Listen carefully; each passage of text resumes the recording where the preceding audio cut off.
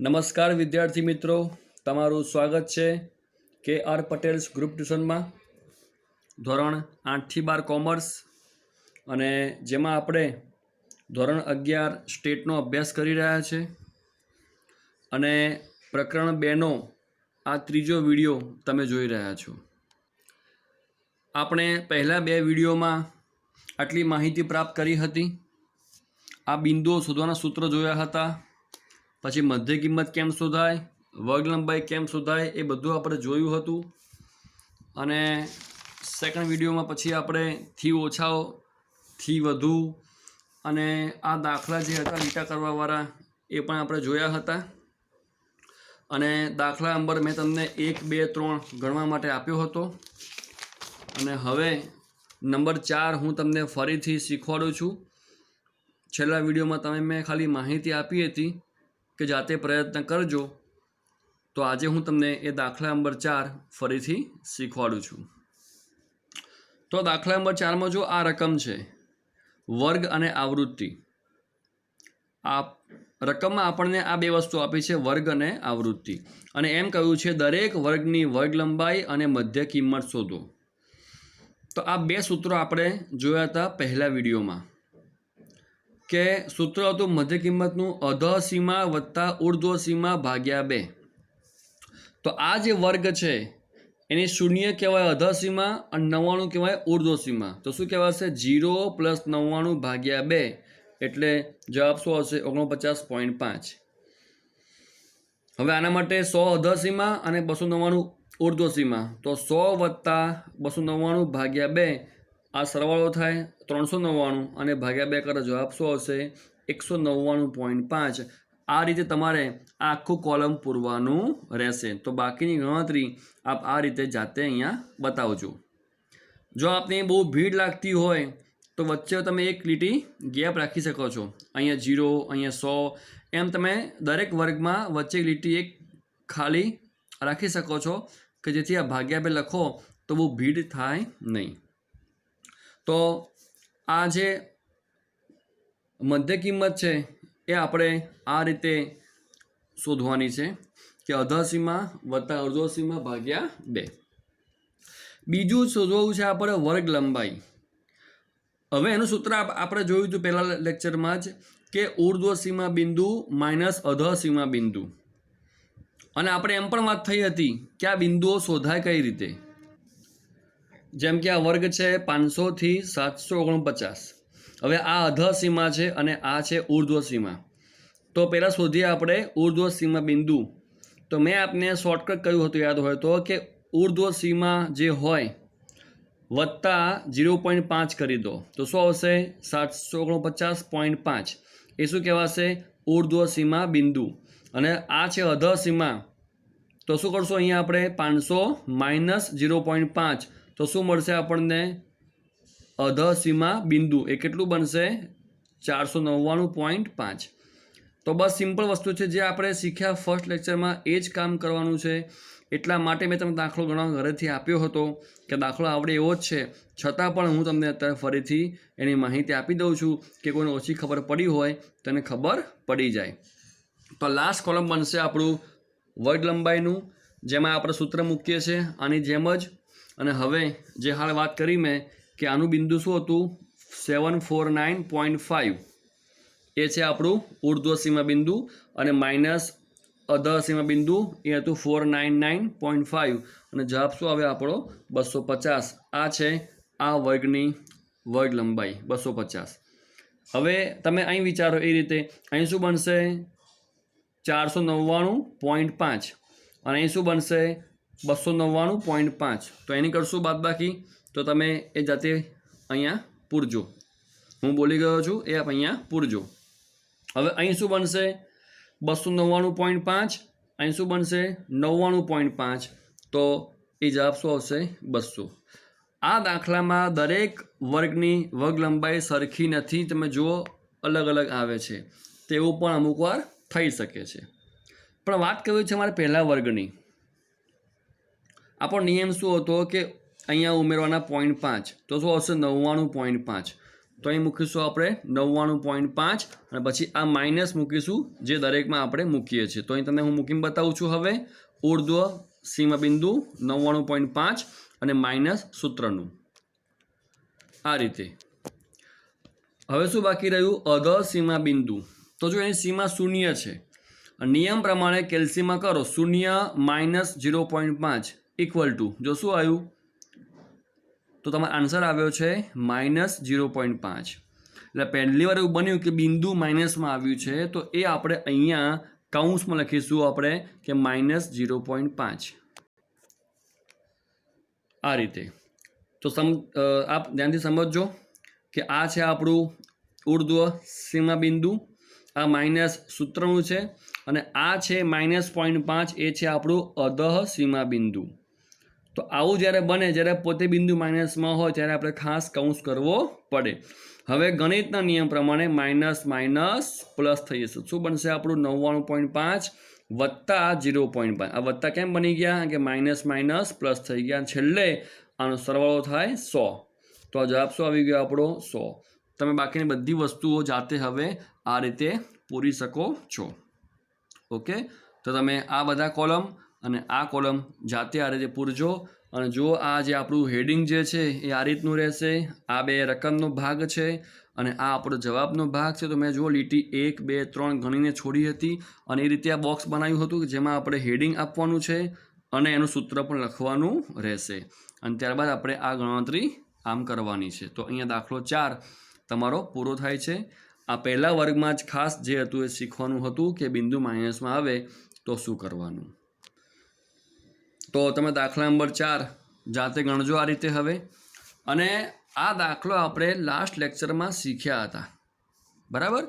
તો આ દાખલો એ દાખલા નંબર 5 જેવો મેં બનાવ્યો છે, 5 જેવો.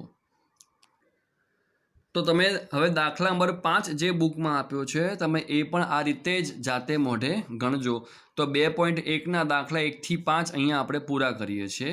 અને હવે આપણે જઈએ છીએ નંબર 6 ઉપર. નંબર 6માં આપણને રકમમાં આ બે વસ્તુ આપી છે. એક આપ્યું છે અધઃ સીમા બિંદુ અને બીજું આપ્યું સંચય આવૃત્તિ. યાદ કરો આપણે કયા દાખલામાં આ બે વસ્તુ શોધતા હતા? તો યાદ કરો કે આ બિંદુ ક્યારે શોધાય? થી ઓછામાં કે થી વધુમાં? ઓકે, શેમાં શોધાય? થી વધુમાં. જો આ આપણે શીખ્યા હતા થી વધુ. અહીં હેડિંગ શું હતું? અધઃ સીમા બિંદુ. અને અહીં શું હતું? સંચય આવૃત્તિ. તો મેં આપને લાસ્ટ લેક્ચરમાં પણ કહ્યું હતું કે અમુક વાર આપણને રકમમાં આ આપશે તો આપણે આની ઉપરથી જવાબ શોધવો પડશે, વર્ગ અને આવૃત્તિ. એટલે કે રકમનો જવાબ હવે જવાબ પરથી રકમ આપણે શોધવાની છે. તો દાખલા નંબર 6માં આપણને આ વસ્તુ આપી છે અને આપણે આના ઉપરથી આના વર્ગ અને આવૃત્તિ બનાવવાના છે. આ દાખલો આખો ઊંધો છે. તો હજુ પણ તમે જો થી ઓછા અને થી વધુ પ્રેક્ટિસ ના કરી હોય તો તમે આ દાખલો હાલ ન જુઓ. હાલ વિડીયો બંધ કરીને પહેલાં એની પ્રેક્ટિસ કરી દો, ત્યારબાદ તમે આ વિડીયો જોજો તો આપને વધુ ખ્યાલ આવશે. તો અધઃ સીમા બિંદુ અને સંચય આવૃત્તિ. તો અહીંયા આપણે આના ઉપરથી વર્ગ બનશે અને આના ઉપર જે બનશે આપણી મૂળ આવૃત્તિ. એટલે આ વર્ગ બનવા માટે આનો ઉપયોગ કરીશું આપણે અને આવૃત્તિ બનાવવા માટે આપણે આનો ઉપયોગ કરીશું. તો પહેલાં વાત કરીએ આપણે આવૃત્તિની. તો યાદ રાખજો કે થી ઓછા હોય કે થી વધુ હોય, હું તમને એક ટેકનિક શીખવાડી દઉં છું. એ ટેકનિકથી કોઈ પણ દાખલો કદી ખોટો પડશે નહીં. અને ટેકનિક એ છે કે તમે જુઓ કે આમાં સંખ્યા સૌથી મોટી ક્યાં છે, નીચે કે ઉપર? તો કે ઉપર છે. બસ તમે ઉપરથી ગણવાથી સ્ટાર્ટ કરો, ક્રમિક બાદબાકી. એટલે કે 500 - 470, પછી આ માઇનસ આ, પછી આ માઇનસ આ. તો જુઓ એ રીતે બનશે આવૃત્તિ કે 500 - 470. જવાબ શું આવી ગયો? 30. એ બની ગઈ આપણી પહેલા વર્ગની આવૃત્તિ.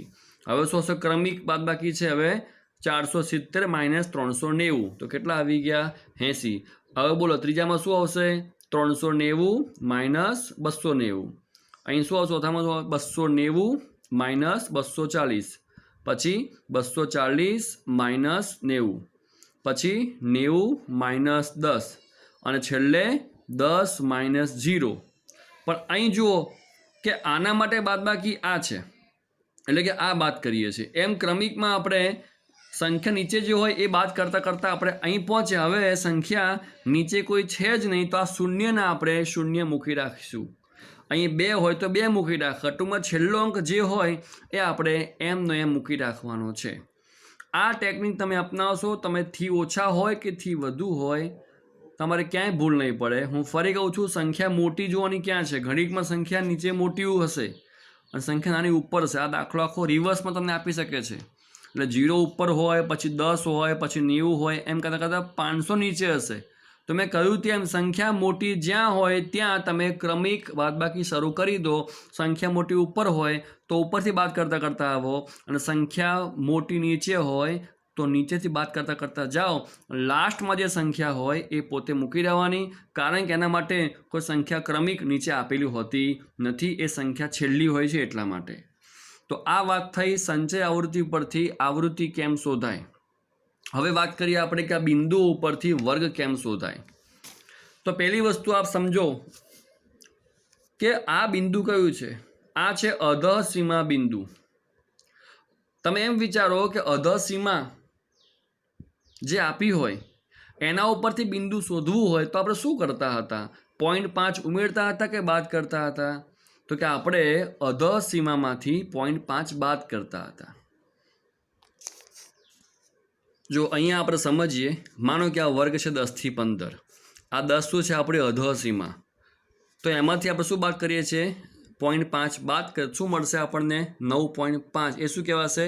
અધઃસીમા બિંદુ. એટલે કે આપણે અધઃસીમામાંથી 0.5 બાદ કરીએ તો શું મળે છે આપણને? અધઃસીમા બિંદુ. હવે ઊંધું વિચારો કે બિંદુ ઉપરથી આપણે એ સીમા શોધવી હોય તો શું કરવું પડે? આપણે 9.5માં એ 0.5 ઉમેરવા પડે અને તો આપણને 10 મળે. બરાબર? આ આખી રિવર્સ પ્રક્રિયા છે. બહુ સામાન્ય પ્રક્રિયા છે કે આપણે આના ઉપરથી અહીં જવું હોય તો 0.5 બાદ કરતા હતા. હવે ઊંધું આવવું હોય કે બિંદુ ઉપરથી સીમા શોધવી હોય તો 0.5 ઉમેરી દેવાના. તો શું મળશે આપણને? 10. એ 10 શું કહેવાશે? વર્ગની અધઃસીમા. તો એ રીતે સમજો કે આ બિંદુ છે. તો શું કરશું? અહીંયા આપણે આમાં 0.5 ઉમેરીશું. તો કરો કેલ્શિયમમાં 44.5 વત્તા 0.5 કેટલા આવ્યા? 45. એ શું કહેવાશે? આપણા પહેલા વર્ગની અધઃસીમા કહેવાશે 45. ઓકે, હવે શું બાકી રહ્યું આપણું? ઉર્ધ્વ સીમા. તો પહેલાં આની વાત કરીએ હવે કે આના માટે મળી આપણને અધઃસીમા. હવે આની સીમા શોધીએ આપણે. તો આમાં ઉમેરો 0.5 તો શું મળશે આપણને? 50. એ મૂકશું અહીંયા આપણે 50. અહીં શું મળશે? 55. અહીં શું મળશે? 60, 65 અને 70, 75 અને 80. તો આ બિંદુ ઉપરથી આપણને અધઃસીમા મળી જશે. કારણ કે આ બિંદુ કયા છે? અધઃસીમા બિંદુ. એટલે પહેલાં મળશે બધી આપણને અધઃસીમા. તો હું બોલી ગયો તેમ દરેકમાં તમારે 0.5 ઉમેરવાના કેલ્શિયમમાં, અને જે સંખ્યા મળે એ તમારે અહીં લખવાની રહેશે. જો આ રીતે. હવે વિચારો કે અહીંયા સંખ્યા શું હોય? આ 50 તો ઉપર શું હોય? 49. આ 55 તો ઉપર શું હોય? 54. આ 60 તો ઉપર શું હોય?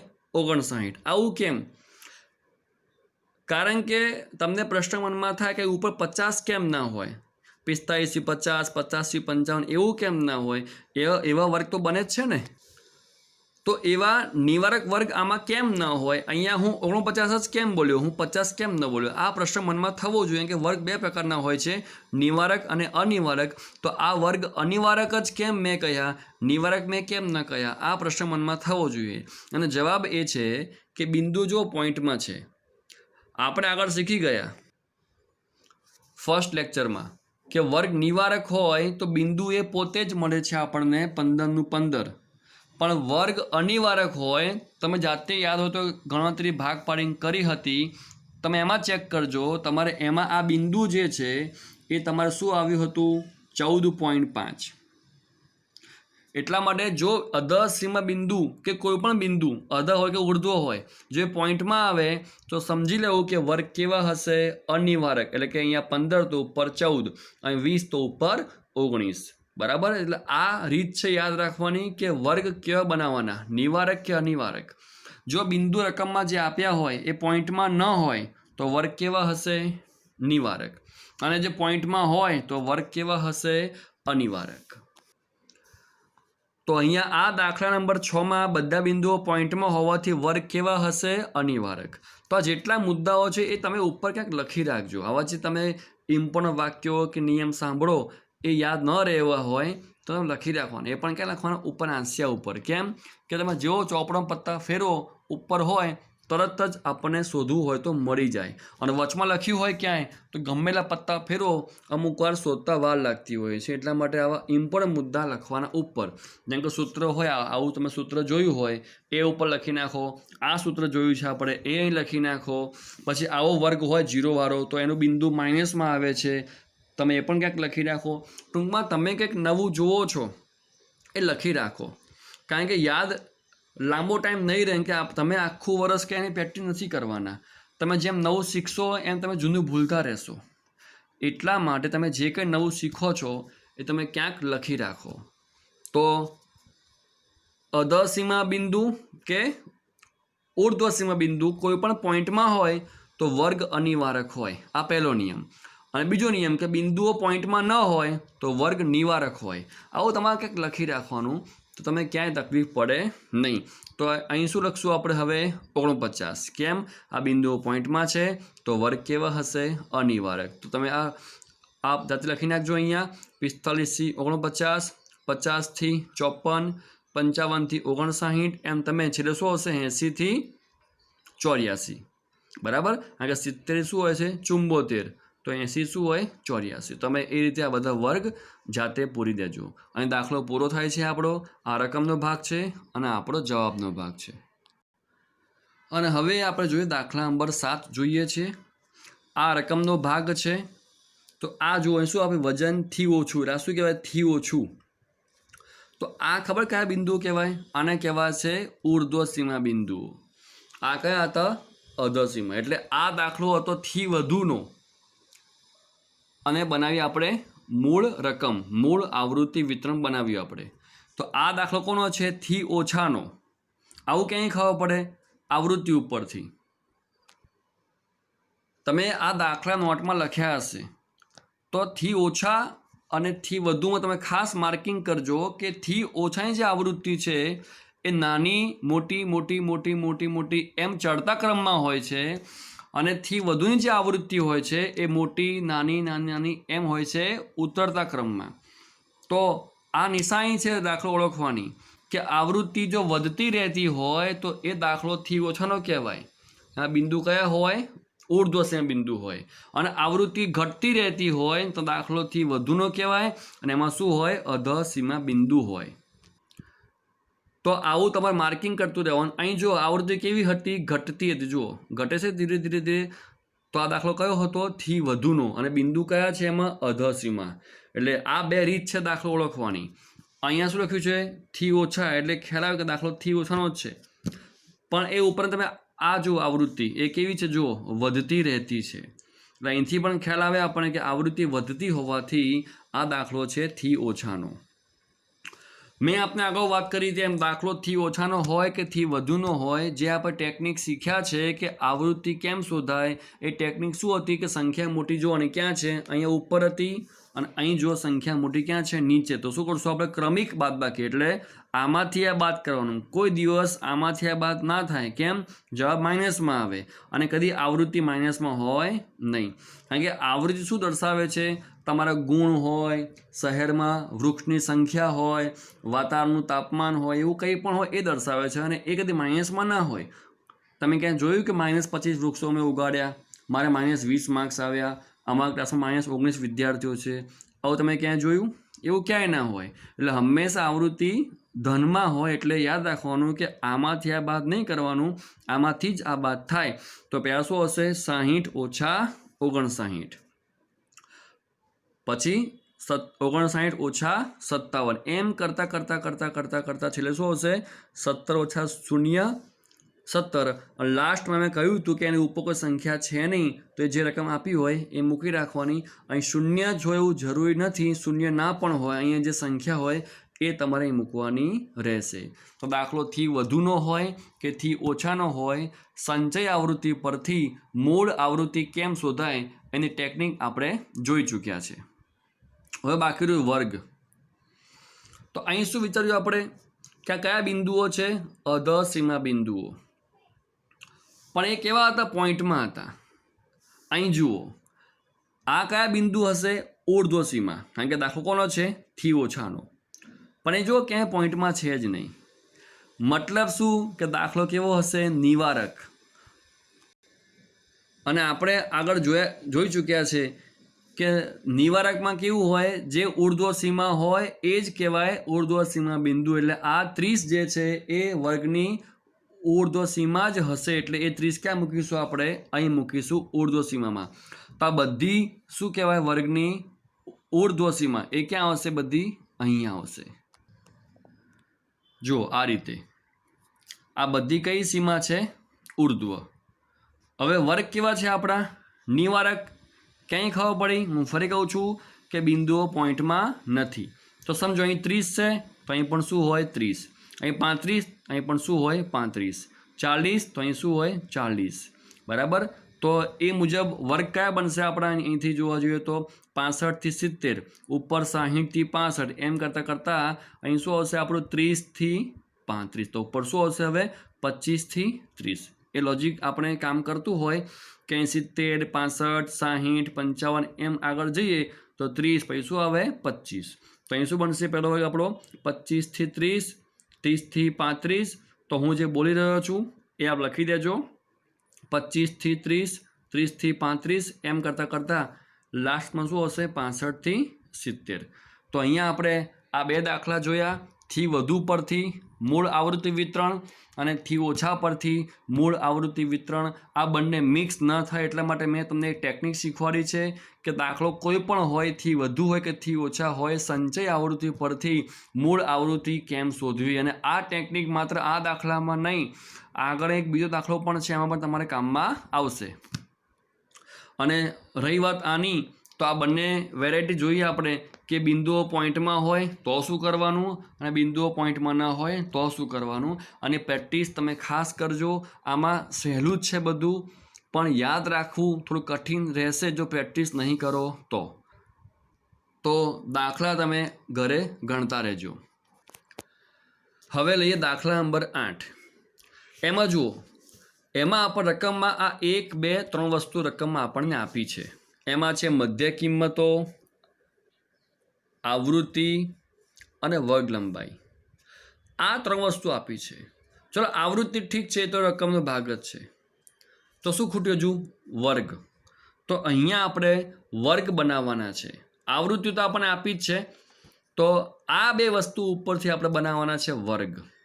યાદ કરો, આપણે કોઈ વર્ગ આપ્યો હોય કે ભાઈ 25 થી 30 અથવા 10 થી 20, તો શું મળે? આની મધ્ય કિંમત અને વર્ગ લંબાઈ. એ બંને આપણે શીખ્યા, આજે જ શીખ્યા. જુઓ દાખલા નંબર 4માં આપણે આજે બંને શોધતા શીખ્યા છીએ. પણ વર્ગ આપ્યા હોય તો આપણે આ બંને શોધતા શીખ્યા છે. હવે આ દાખલો ઊંધો છે. તમે આ બે વસ્તુ આપી છે ને તમારે આના ઉપરથી એને વર્ગ બનાવવાના છે. એટલે આજે આ આખો લેક્ચર જે છે ને એ રિવર્સ દાખલા લેક્ચર કહી શકાય, કે રકમ પરથી જવાબ અને જવાબ પરથી રકમ. આ દાખલા ઊંધા શીખ્યા આપણે કે આ જવાબ આપ્યો હોય તો આપણે રકમ બનાવી, થી વધુની અને થી ઓછાની. અહીંયા પણ હવે આ દાખલો શીખ્યા હતા. હવે નંબર 8માં શું કરશું આપણે કે આપણને આપી છે મધ્ય કિંમત અને વર્ગ લંબાઈ, અને શોધશું આપણે એના વર્ગ. એ પણ સાવ સિમ્પલ છે. તો વર્ગમાં બે સીમા હોય, અધઃ અને ઉર્ધ્વ. તો આ અધઃ સીમા અને આ છે ઉર્ધ્વ સીમા. તો હું જે આ સૂત્ર બોલવા જઈ રહ્યો છું એ સૂત્ર તમે આ રીતે ઉપર લખી રાખજો કે અધઃ સીમા બરાબર મધ્ય કિંમત માઇનસ વર્ગ લંબાઈના છેદમાં 2. વર્ગ લંબાઈના છેદમાં 2 એટલે કે વર્ગ લંબાઈ ભાગ્યા 2. હું ફરી બોલું છું, અધઃ સીમા બરાબર મધ્ય કિંમત માઇનસ વર્ગ લંબાઈ ભાગ્યા 2.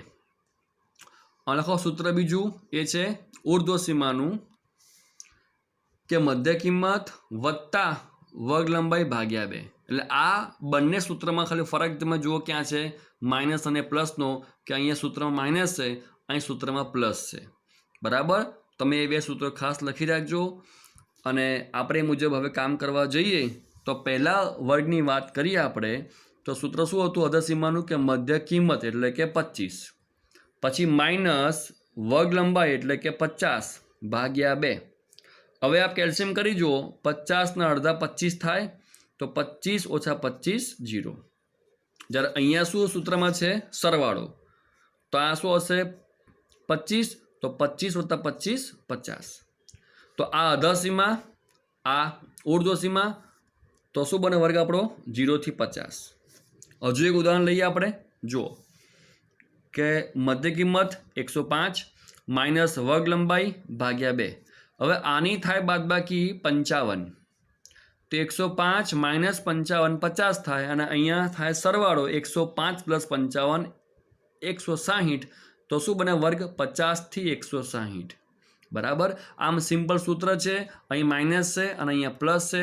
પહેલાં 2 વડે ભાગ ચલાવવાનો, ત્યારબાદ માઇનસ કે પ્લસ જે હોય તમારે કરવાના છે. તો તમે આ દાખલો આ રીતે પૂરો કરજો કે અધસીમા, ઉર્ધ્વસીમા અને વર્ગ બની જશે. દાખલા નંબર 9 જુઓ. દાખલા નંબર 8 જેવો જ છે, કોઈ જ ફરક નથી.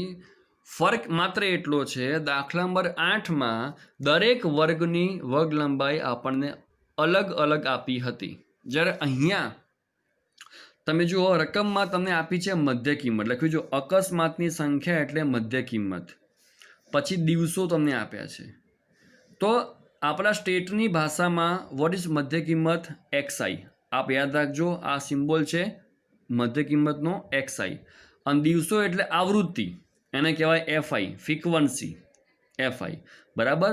તો આપ ખાસ યાદ રાખજો કે મધ્ય કિંમત એટલે XI અને આવૃત્તિ એટલે FI. તમે જો આ દાખલામાં જે આ ફર્સ્ટ કોલમ છે મધ્ય કિંમતનું, તો એ અહીંયા પણ તમને આપી જુઓ મધ્ય કિંમતનું કોલમ. પછી આવૃત્તિ તમને આપી હતી, તો અહીં પણ તમને આવૃત્તિ આપી છે.